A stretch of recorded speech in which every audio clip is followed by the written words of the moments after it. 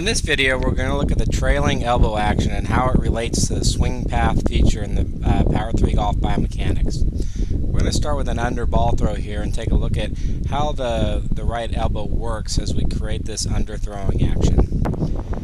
We're going to notice as we get stretched out in the backswing that elbow actually works back in a fairly level action. It tucks underneath and it moves under into this tuck position before we get ready to throw. This is where we're usually talked about a tucked elbow position in relations to getting the elbow well in front of the hand before we actually release that throwing action in a level action out through to our target.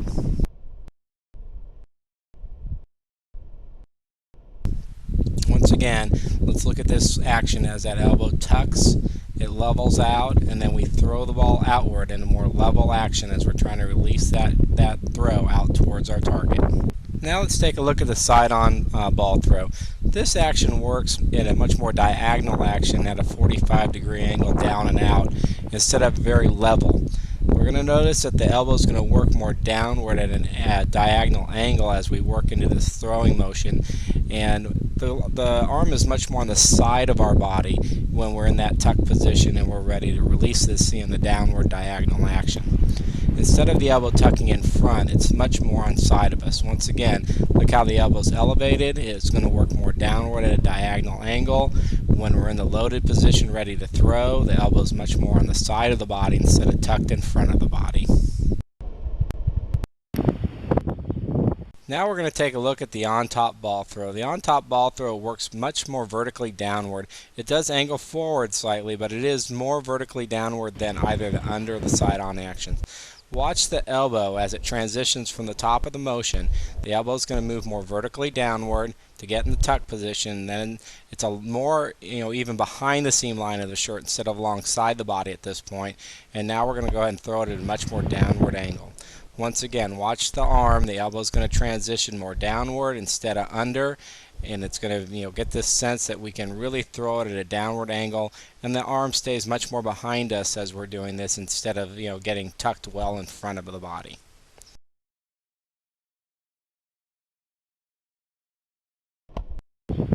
Okay, now we want to take a look at the under swing path alignment in action and how the elbow reacts to it.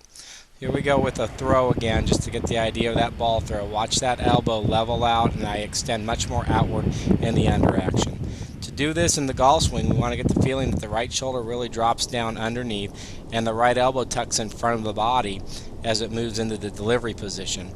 We're going to see in this old footage here that as I transition into the downswing, my right shoulder really works downward and my right elbow really works in front of my hip bone as I'm moving into the delivery and the impact position. This was with a forward here in a full swing. Now we'll take a look at it in an I-8 iron. We'll see the same thing happening. The right elbow or the right shoulder is going to work downward. The right elbow is going to tuck in front of the hip bone, and it's going to put me in a position for delivery where I can really make that under action and have a much more outward extension as I move through to my full extension and my follow through.